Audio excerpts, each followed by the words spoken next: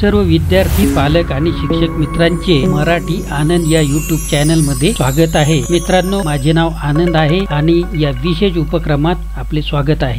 निपुण भारत योजना या योजनेची अंमलबजावणी आणि उद्दिष्टे आणि जी काही प्रक्रिया आहे, विद्यार्थी लीडर माता गट यांचं नियोजन, यामध्ये जिल्हा परिषद मराठी उच्च प्राथमिक शाळा मांडका, पंचायत समिती खामगाव जिल्हा परिषद बुलढाणा महाराष्ट्र यांनी यामध्ये उंच भरारी कशा पद्धतीने घेतली, लीडर मातांनी कशा पद्धतीने काम केलं आणि शाळेबाहेरची शाळा आकाशवाणी मधील भाग 489 मध्ये कसे पोहोचले याबद्दलची आपण माहिती पाहणारच आहोत। पण त्यापूर्वी पाहू आपण निपुण भारतची थोडक्यात माहिती पाहू। तर मित्रांनो, निपुण भारत अभियान हे जे अभियान आहे, भारत सरकारने देशामध्ये नवीन शैक्षणिक धोरण सुरू केले आहे। या नवीन शैक्षणिक धोरणाच्या माध्यमातून शासनाचा उद्देश आहे की शिक्षण क्षेत्रात बदल करून देशातील शैक्षणिक क्षेत्रात सर्वात मोठा आणि महत्त्वपूर्ण बदल घडवून आणणे आणि शिक्षण क्षेत्राचा विकास साधणे।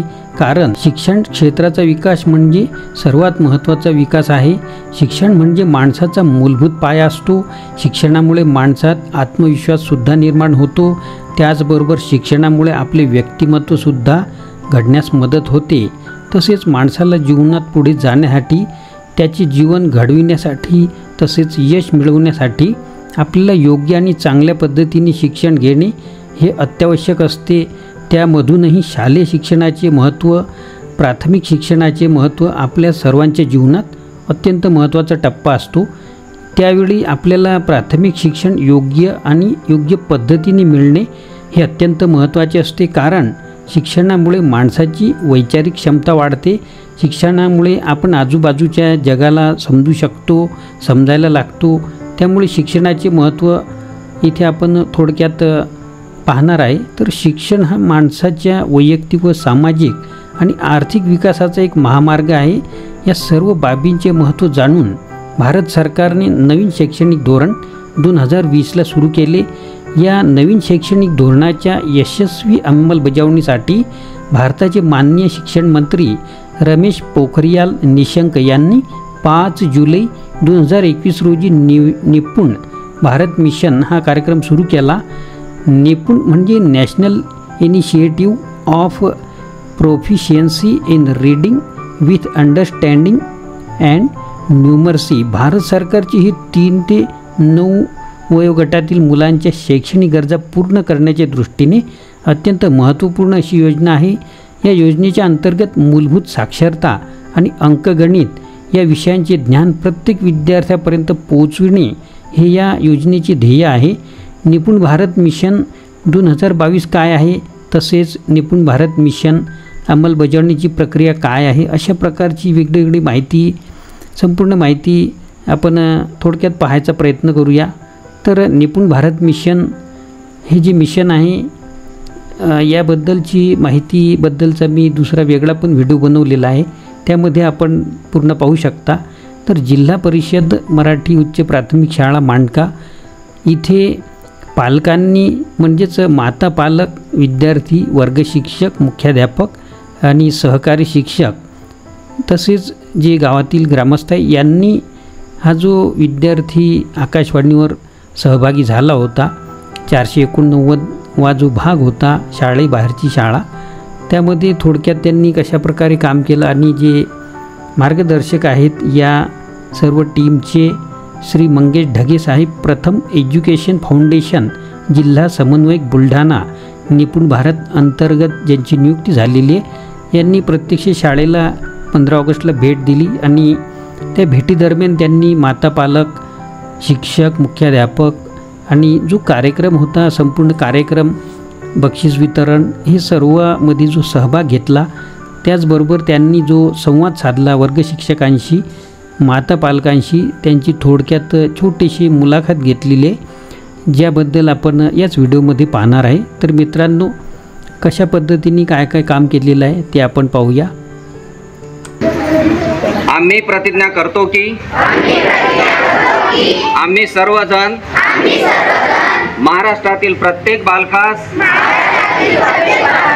पायाभूत शिक्षण, कौशल्य आत्मसात करण्यास उपयुक्त शैक्षणिक वातावरण निर्मिती करण्यास कटिबद्ध आहोत. आपण सारे मिळून आपल्या मुलांसाठी निखळ आनंददायी समृद्ध अनुभवाच्या संधी देणारी अभिव्यक्तीचं आकाश खुलं करणारी मुक्त छंद जोपासणारी नेतृत्वाच्या संधी देणारी आणि आत्मसन्मान जोपासणारी शाळा निर्माण करूया. आपण सारे मिळून अशी शाळा आणि घर बनवूया जिथं बालके अर्थपूर्ण वाचन, हेतुपूरक लेखन व गणिती व्यवहार प्रत्यक्ष जीवनात उतरवतील आणि आयुष्यभर विद्यार्थी राहतील. अशा प्रकारे महाराष्ट्रातील प्रत्येक बालकास आरोग्यदायी आणि आनंददायी शिक्षण देऊन निपुण बालक घडवण्याची आम्ही प्रतिज्ञा करीत आहोत. जय हिंद. मी पूनम संतोष सोळंकी बोलत आहे. माझा मुलगा आकाशवाणीवर गेल्यामुळे मला खूप अभिमान आहे. आयडिया व्हिडिओ हे पाहून आम्ही खूप शिकलो. त्यांनी सांगितलं की आयडिया व्हिडिओवर सर्व काही शिकायला भेटते, मुलांना सांगता येते. सर्व व्हिडिओ पाहिल्यानंतर मुलांना कसं काय शिकवायचं, कसं काय हे कळतं आम्हाला. आणि माझा मुलगा आकाशवाणीवर गेल्यामुळे मला अभिमान आहे. माझी मुलगी पहिल्या वर्गामध्ये शिकत आहे आणि हा जो शाळेचा एक वर्ष झालेला आहे. या उपक्रमाला उपक्रम चालू आहे, खूप छान आहे.